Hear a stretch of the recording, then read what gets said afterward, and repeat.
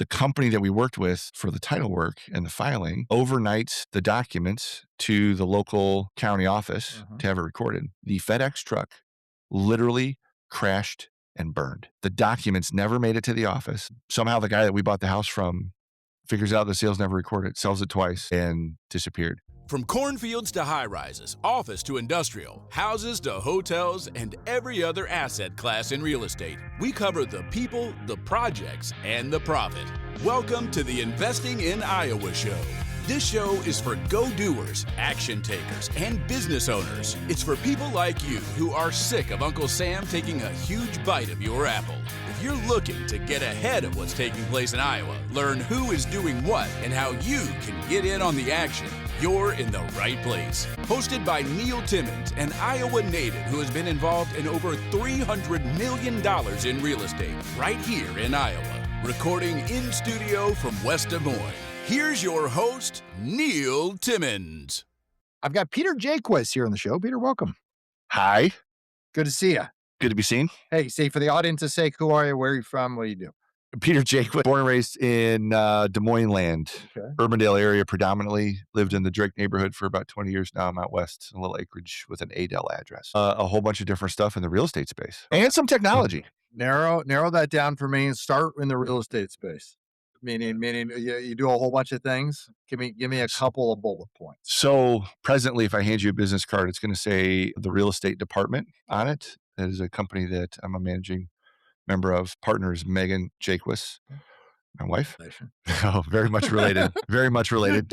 She's been my life and business partner. Geez, we're in our 21st year, and she's been running the real estate department for us for 7 years now. So I have bounced around a little bit the last couple of years. So she was running that and growing it. It's predominantly property management and development grants. Those are probably our three fortes in that space. What's your wheelhouse? My wheelhouse? Yeah. Connecting people. That is my wheelhouse. Yeah. I love people. Yeah. I like numbers too. Yeah. If anybody asks me like, what do I do? I'm like, I typically just call myself a connector. Yeah. So take me to the beginning. How'd you get into real estate?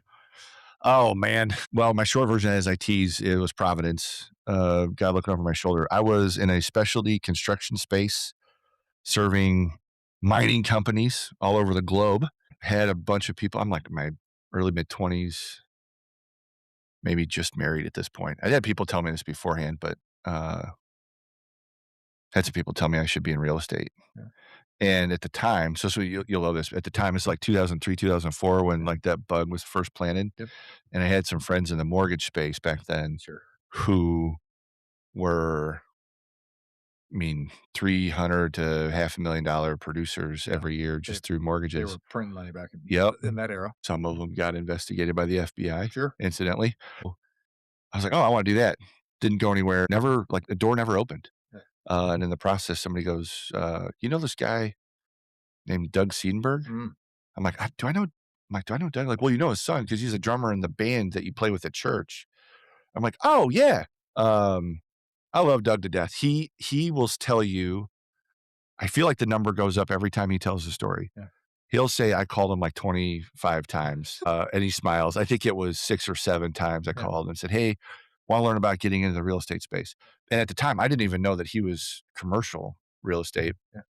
I didn't know. I didn't know. My parents couldn't remember who sold their house to him. Yeah. Like I didn't know anybody in the space. So Doug returns my phone call and we end up having a cup of coffee. If you can imagine this, I've got, y'all listen to audio. I've got a shaved head and beard that's graying now. When he and I sat down, both my ears were pierced. I had a beard, either a beard or a goatee that was probably close to my belly button. If I wasn't working in the construction space, I was working with high school students in my church ministry. We get done with a conversation at the Friedrichs on 86th in Urbandale, and he goes, you should do commercial real estate. Yeah. And he talked to me through the differences, and I went home to my new bride, and I said, hey, this is going to be hard, but I think this is where I'm supposed to go. So I'm going to do that. It was hard. She was a project manager for a web design company here in town and kind of provided for us while I was getting ramped up. But first year was actually really good. I know I bucked the system from a first year standpoint. So Doug got me into the industry. I learned with Seidenberg that I really like retail and started learning more about shopping centers and working with tenants. got really good at restaurants, had a quick stint. So as we're coming into the recession, it was end of 2007, early 2008, end up at Buyers Realty for a couple of months. Yeah. And then get hired from Buyers to run a family office here in town with, at the time, 2 million square feet, Okay. give or take. Yeah. I might be exaggerating that a little bit. I'd have to go back and look at the numbers. Sure. Maybe 1.5 million square feet of real estate, but office, retail, a lot of farm development ground Okay. at the time. So I worked with them for 7.5 years. Yeah. Great group. Came time to do my own thing. So I went back into brokerage again, and then went through two different firms there. And then I ended up in technology. I actually have now had a couple of years in the venture capital space working with technology companies that are real estate adjacent. Ah, okay. So I have some very interesting, really interesting learning experiences through that. Two most recent kind of leadership roles were I got hired to help lead Coldwell Banker in Des Moines. Yeah. That does not exist in Des Moines anymore. So that was interesting journey. Made a lot of great friends, a lot of good people. But that was really almost 3 years ago now. That was my first foray actually into just residential real estate and seeing homes, marketing, sales, Right. agents, Totally. learning from the agents, Totally different business. what's important to them. Yeah. Yeah. How brokerages keep their doors and open and their lights on. Yeah, because the two different businesses have very different economic structures. Between commercial and residential? Yes. Oh, significantly. Night and day on the brokerage side. Night and day. Yeah. Right. Yeah, night and day. So yeah, Coldwell Banker didn't exist, right? When Marvin passed, that was sold. Correct. Yeah, well, that'll do it. Big one. The When you're making Coldwell- one payment a year. Okay. Yeah. Yep. So missed a payment. I was the last employee in Des Moines. That's not true. I was the last one kind of running it. I believe there's still one employee helping them with their back office stuff. The wine now. Yep. But did that and then got invited to help lead Weichert Realtors, a 515 agency. Helped there for just about 16 months. And the real estate department is doing well enough. It was hard to straddle, needed to pick a horse. When talked with my friend Ryan and said, which you've had on the podcast, Ryan Hoover. Yes. Great guy. One of the best. We had a conversation, went, doesn't have to be bad. Tell me about the technology space. What were you doing there, and maybe what kind of interesting things are taking place as it relates to technology and real estate? Oh man. So the first one was a company called Farmland Finder. In the crudest sense, it started off as like a Zillow for farmland. A young man named Steven started it at Iowa State University. I was the first hire after he did his seed round. And I think the biggest macro lesson I learned in that was there are people and groups with wealth. And the venture capital space is a wild space from both a communication storytelling standpoint and how the money moves through it. I mean, we talk about like equities and, the stocks being gambling. Yeah. Venture capital's next level gambling. Right. In this space. So that was a wild lesson. Realizing, so started with them in 2019. Okay. October 31st, 2019. March 2020 happens with COVID, and I'm in the technology stuff. COVID happens, and what was the wildest thing for me, right? Real estate guy, bricks and sticks, relationships, leases, sales, contracts, legal stuff. You get into the technology space and start learning real quick how much of us is out in cyberspace, how it can be manipulated. And man, I saw firsthand just through developing friendships with engineers, computer engineers, how fragile our security is. That was wild. Finding new data sources for stuff. Like there were ways to find information on finances and individuals that freaked me out. So anyway, model was, we started off as, like I said, Zillow, Farmland Data. We ended up building a marketplace. So bring in demand and supply together. Our supply in this instance where we focused was we were a licensed brokerage in 10 states. Okay. I was like the broker. And if you were a farmer, you didn't want to give up operational control of the field, but you had a need for some kind of cash event to do whatever. We would connect you with an investor to do a sale-leaseback, a long-term sale-leaseback on the field with an option to buy it back. That was the product. Ended up putting all that through the interwebs, and it worked. It just didn't happen at the volume that we needed it to happen for our venture capitalists to be really excited about it. We end up running out of money. We don't have any more VCs standing in line. So we end up selling off the technology. You didn't work this hard to earn next to nothing on your money. Savings accounts barely move the needle. Tech stocks, AI stocks, well, it kind of feels like Vegas out there right now. Rentals, too oftentimes it means tenants, toilets, termites, and not the cash flow you were thinking.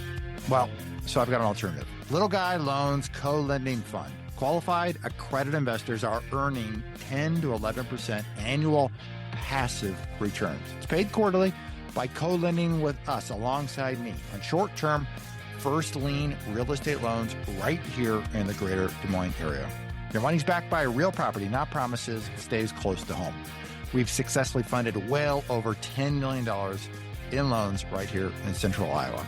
So if you want steady income without headaches, click the link below in the show notes. Let's connect. We'll see if it's a fit for you. And then I moved from there to another kind of same church, different pew company called Easy Knock, based out of Manhattan. They were doing sale-leasebacks on single family homes all over the country. I joined them, director of customer success. And when I joined, I think we were acquiring 60 homes a month. At the height of our productivity, we were doing almost 130, acquiring 130 homes a month through this process. Also in a bunch of lawsuits, which is interesting. There are states that have outlawed I don't even know if it was prior to us, but sale leasebacks on single family homes, depending on the states, frowned on. Not legal. Really?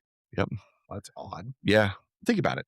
You have, as a borrower, especially if you're dealing with a local bank, a bank or a national bank, your protections as a borrower, as a consumer, are significantly higher than if you're a tenant. Correct. And so I think the states, what little bit I saw about the case law, because my curiosity wouldn't let me, because I had the same reaction. Right. I was like, really? They're illegal? Come on. It's a transaction. In the states where they were illegal, there had been cases won against people where they would do a sale leaseback, and the day they don't make their payment, the owner takes the house. So I could see where it could be. Well, it falls under tenant law at that juncture. Correct. Yep. Right. And so they would just go through the tenant process, Correct. make life difficult for them, get them out. Yeah. And so it became predatory. I've seen hundreds done in the city. Oh yeah. Yeah, not a lawyer, but I don't think it's illegal There's here. a lot in the realtor world that gets done that way on temporary short-term leasebacks, not Sure. a leaseback with an option to purchase at the end. Yeah. Sure.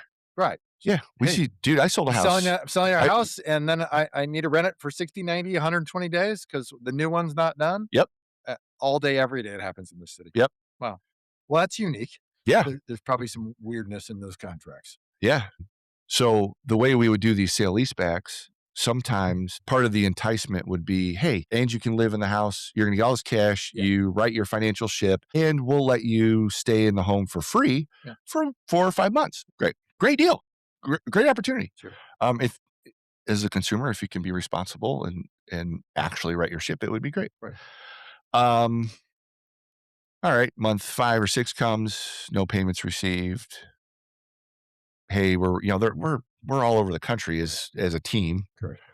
Trying to manage this process, phone calls, after 45 days. So now we're 2 months actually delinquent. Right. Send somebody to do a door knock. Family answers the door. Hey, we're serving you for not paying your rent. Like, what are you talking about? We own the house. Like, what do you mean you own the house? By the way, this isn't our name on the paper. You own this house? Cool. Server says, well, please call this number. It happens to be mine. Yeah. What's going on? Like, well, we bought this house 4 months ago. Huh. We bought it 8 months ago. Who's the person you dealt with? It was the guy that we bought it from. Right. All right. Punchline is the company that we worked with for the title work and the filing overnights the documents to the local county office to have it recorded. The FedEx truck literally crashed and burned. The documents never made it to the office. Yeah. Somehow the guy that we bought the house from figured this out. Figures out that the sale was never recorded. Yep. Figures out the sale's never recorded, sells it twice, and disappeared. There was obviously all sorts of stuff that we were going through to track that down and remedy the situation. No doubt about it. Rates go up while I'm there. Our model was fee-based at the front end with transactions. Rates go up, and there just wasn't a product market fit anymore. mean, we were borrowing money in the rates go up in low yeah, threes, right. and then all of a sudden we were borrowing at like 6.5. And so the value proposition to make all the numbers work for us, the value proposition to consumer Yeah, there's no yield broke. on those rentals. Yeah, so we went from buying 130 homes a month to 30 again, and it was just like, oh, okay. So a typical startup, venture capital backed, right? So you're firing people, everybody gets new jobs. Went from there to another startup called Tillable, which is back in the farmland space. I was just running a very traditional farmland brokerage, but it was backed by a venture capital company, Tillable. Almost same thing as Farmland Finder, which was how do you buy and sell farms faster? I mean, get the farmers out of the field was really what it boiled down to. And how much money do we Has have anybody solved that riddle yet? No. No, you just call Steve Brewer at People's Company. He just Sure, answers you can call for you. Steve. Yeah, lots of good people doing farm ground. He's one of them for sure, No, or his group. it's a genuine question. Has Yeah. anybody figured out how to do it Nope. faster, more efficiently than putting 50 people in one room and then hopefully two of the neighbors set a new record? Okay, I got to tell you a story about this. I learned this lesson at Farmland Finder. So one of the first transactions we did was almost 300 acres, Northwest Iowa. It was a great case study in how this solution was a great solution. Mhm. It's not for everybody, but when it was needed, it worked. Yeah. And so I go up and meet with the farmer, right? So he's going to sell to the investor that we found, who incidentally was out of Omaha. And we're driving around, and I had gone up because there were a couple of farmland auctions, and I hadn't actually been in the room of a farmland auction. I've watched online, either through video or I've actually just done online auctions. I'm like, okay, great. I'm looking forward to these auctions. And he's prepping me, and we're driving down a dirt road. I mean, there's nothing. There's no lines. There's no fences anywhere. Northwest Iowa, maybe a couple hog confinements. And he goes, oh yeah, my nephew, he got this 160 right here. Bought it a couple years ago at auction. I'm like, oh, how'd that go? Oh man, he got a great deal on it. Yeah. I'm like, what do you mean by great deal? And he gives me the number, and it's 40% off of what it probably should have been at the time. How does that work? Right. Well, we all, which is the neighborhood, showed up at the auction and kept our hands in our pants, hands in our pockets. The sellers there in the room, they made the auctioneer work for it.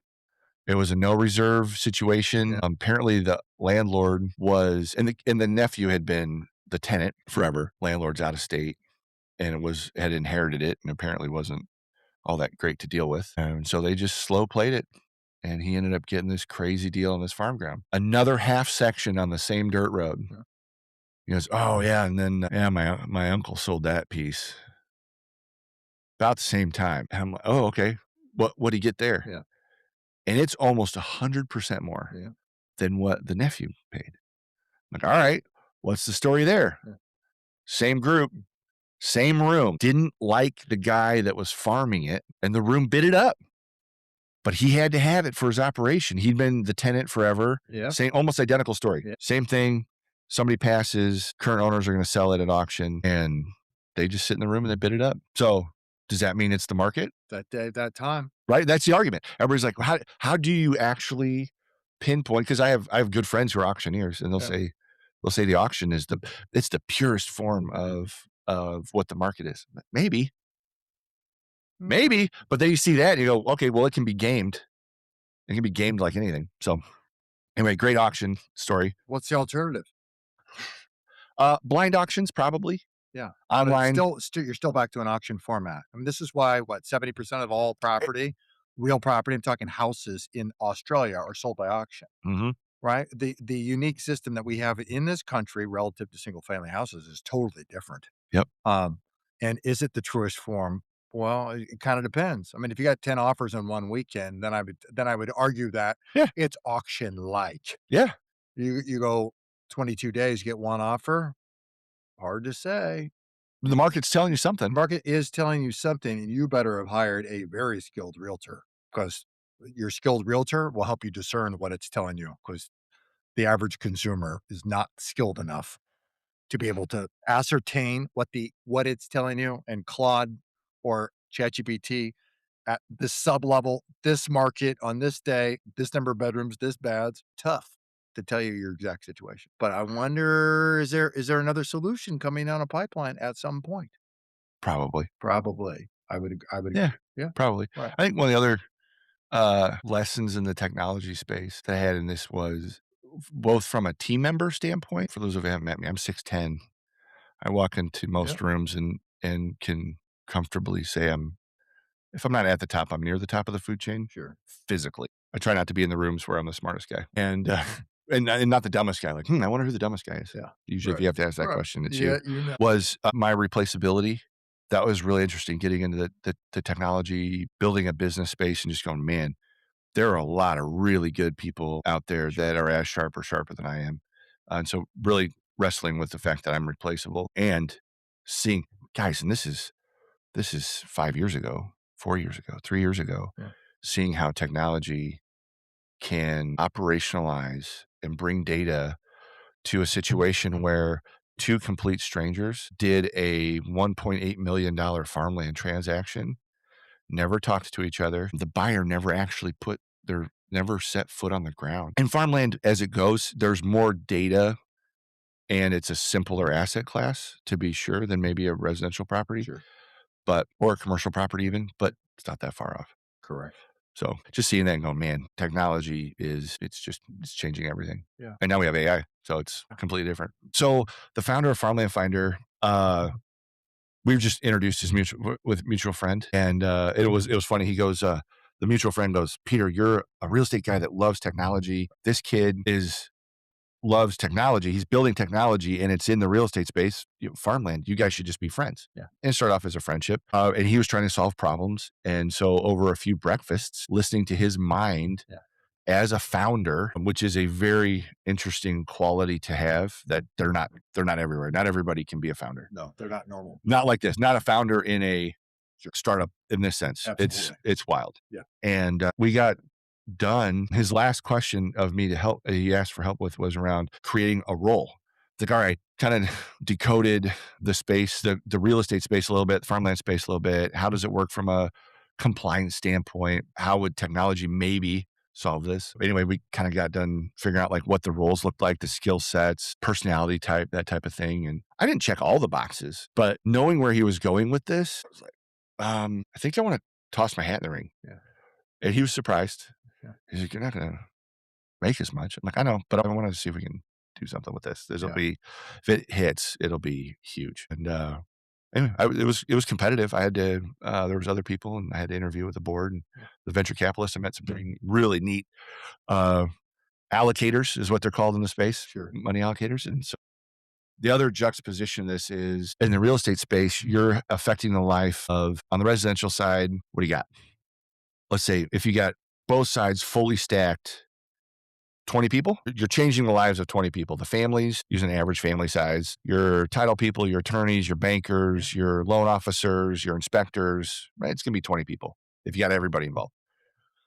When you build something in technology that hits, you're affecting hundreds of thousands, if not millions, of lives through that piece, that solution that you created. And I was like, wow, that's interesting. Yeah.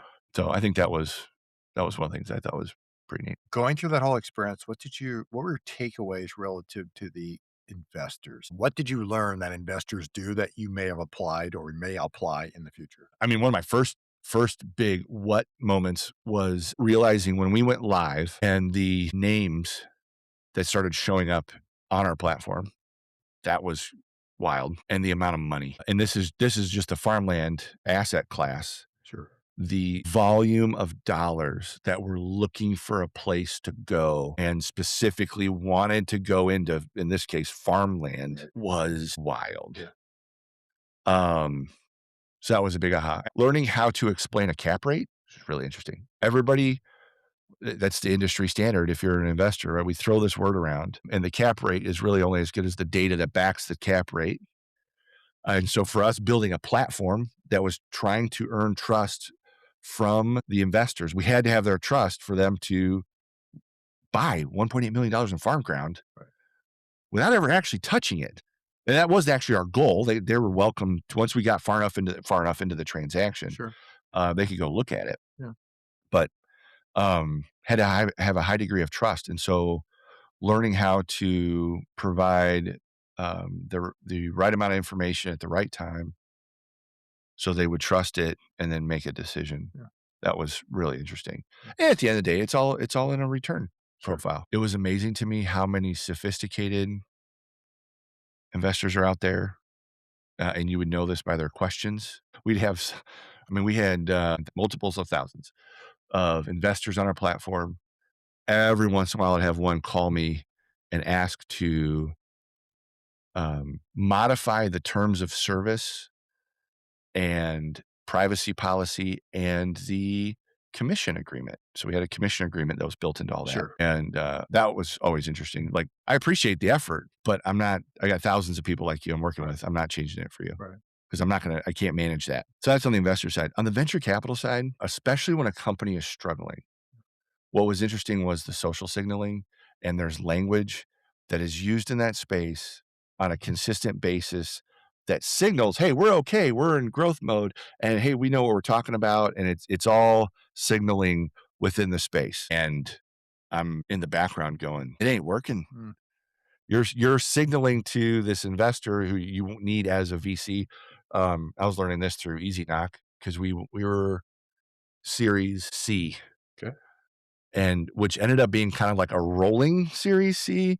And if you know anything about this space, that's not supposed to happen like that. So it was just survival mode. But you listen to the leaders of the company, and the metrics that they wanted to use to indicate and signal to the venture capital marketplace that we're good, we're great, we're growing, this is all opportunity, would change a little bit.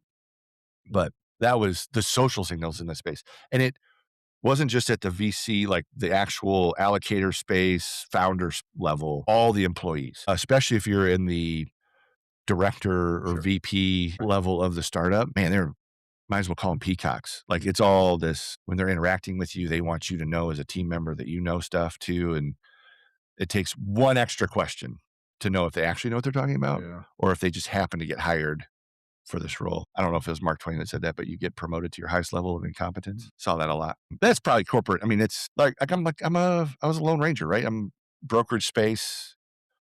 Then I get invited into these spaces of leadership and growing these companies, which is great. So that was really my only foray into like companies, like any kind of corporate environment. I've never been in any other corporate environment. And now I'm not. If you're a house flipper, execute the burst strategy, or do double closings and are in need of money, Little Guy Loans is your go-to lender here in the Des Moines area. Time is money. Loan approvals in 24 hours. Closings in 5 days. Little Guy Loans was founded by Neil Timmins, an investor just like you. Since he has been in over 10,000 homes in Des Moines, there's never an appraisal. Houses, multifamily, and commercial property loans up to $1 million. Check out www.littleguyloans.com. What are you working on now? What are you excited about for the next 1 to 3 years? So working on the real estate department specifically. So want to grow that, see a lot of opportunity to have really thoughtful property management in Iowa, I think, let alone the Des Moines marketplace. We've had our clients raving. And this is, to be absolutely clear, my wife is a wizard, and how good at this she is. She's, as I've been out brokering for the last 20 or so years, she's been managing, and she is amazing at it. And then I mentioned grants earlier for several of our clients with larger projects. She has become a single source of truth, if you will, for the public money that's out there for investors to leverage to improve not only their properties, but the returns they get on their properties. And she has got that dialed in. So that is an art, not so much a science. Correct. And the old adage of it's not what you know, it's who you know. And it's even beyond that. It's not even who you know, it's how you know them. Should have my wife on your podcast. Like, she's incredible. You meet her. And she's this genius mind that cares about people at every level. One of our values for the real estate department is dignity. And we struggle with that word because we're like, well, there's dignity with the investors that we're working for, right? Everybody that we're serving as a manager is an investor. How do we help them with their dignity? Because not every investor is made the same. We've worked with some investors that got into a situation where they needed a manager because they didn't know. And then we have projects that we're managing that have some subsidies in them. How do you interact with a tenant in a way that gives them dignity, not just solving the problem for them and not necessarily bringing the hammer down, but having these boundaries and these hard conversations with them that just recognizes them as humans and goes, hey, I know that you know how to figure this out. You don't have to lie to me. We can figure this out together if you want to. And in the process, so I'll brag about her. And again, this is not, granted, it's the company I'm with, but it was all my wife because I was off doing some other stuff. Sure. Took over management of a almost 50 unit project. Previous management company had been the free cash flow to the owner was in this like $2,000 to $3,000 range for years. And then like the last 6 months, it had gone to zero and they'd actually been calling him to feed it. The owner calls me and says, hey, is this something you think you guys would like to do? I'm like, well, let's at least meet and look at it. Like it's never a straight yes. Well, first of all, I want to make sure that that our values align with the owner. And then let's look at the project and we'll just give our thoughtful, like, hey, this is what you're dealing with.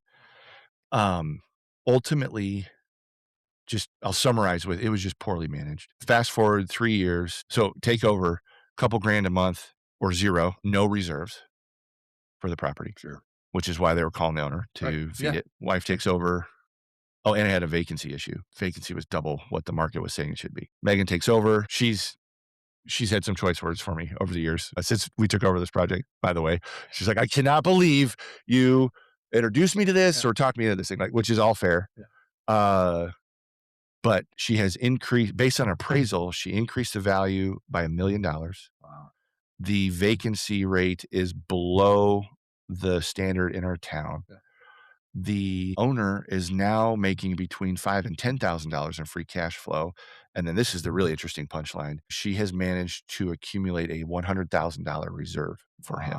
He or his family will never have to feed this thing again because of how she managed it and set it up.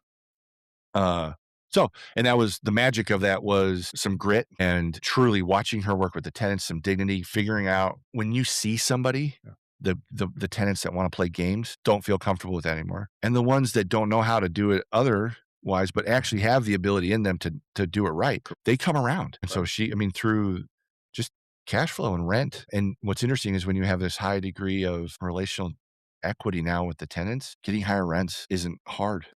It's not hard.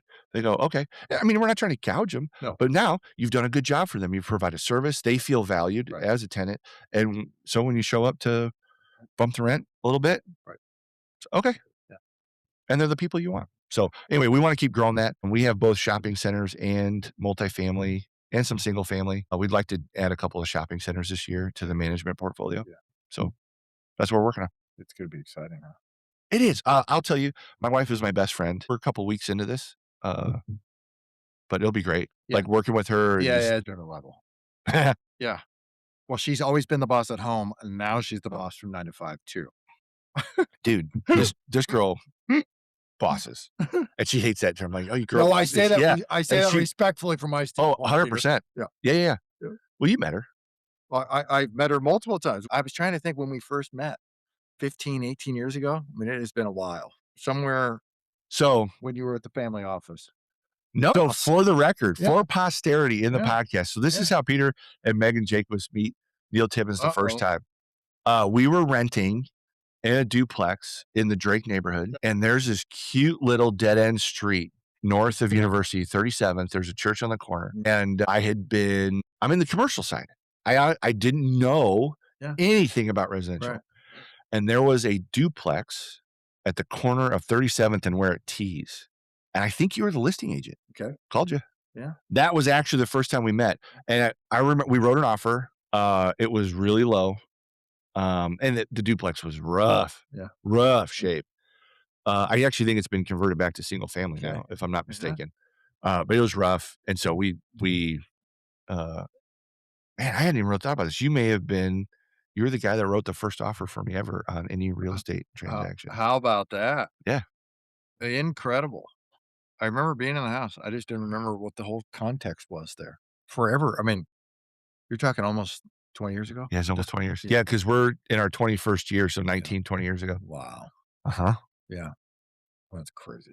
You know what's interesting, too? I think back now, I know all these processes as well. Yeah. I don't even remember I don't remember if we even had a pre-approval letter at the time. No pre-approval letter, and you wrote the offer? What a terrible agent who allowed you to do that. Yeah, right. I think You're this is funny. taxing my I wish. memory, so I can't argue one way or another. So now I know these pieces, right? So I'm thinking, man, this listing was rough. Guys, when I tell you this duplex was rough, it was rough. And that's what makes me think it's not my listing. I was just somehow we got connected and I showed you the place, but I have no idea why or how. Let me ask you the final 3 questions. okay. One piece of advice for your 20-year-old self. One piece of advice for my 20-year-old self. Couple things. Don't stop going to the gym. Keep surrounding yourself with people that have what you want. And that isn't just stuff.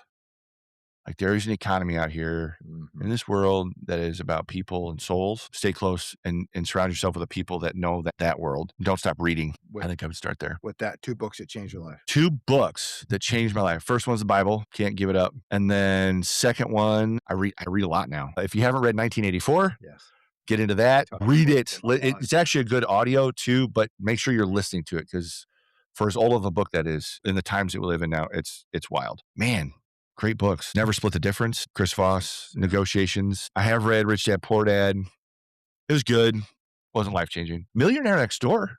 That was an interesting one to read Millionaire Next Door as a guy that was raised middle class. Thomas Stanley. Yep. Terrific book. Great book. Kind of go, oh, that was interesting learning. If you were cast away on an island for a year, you can only get 3 pieces of data about your business each and every month. What 3 things must you know every month to know how your business is running? I would like to know how many phone calls we've had with new potential business relationships. So on the service side, how many people have we talked to this month that are thinking about changing property managers? We have a ratio that we are measuring from an accountability standpoint between our maintenance billings and receipts. There's a ratio that we had to create in there to monitor it.